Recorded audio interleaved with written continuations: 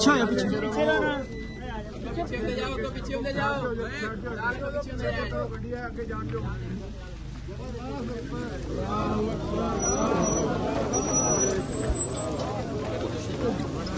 ਪਿੱਛੇ ਵੀ ਹੋਗਾ ਪਿੱਛੇ ਰੋਕ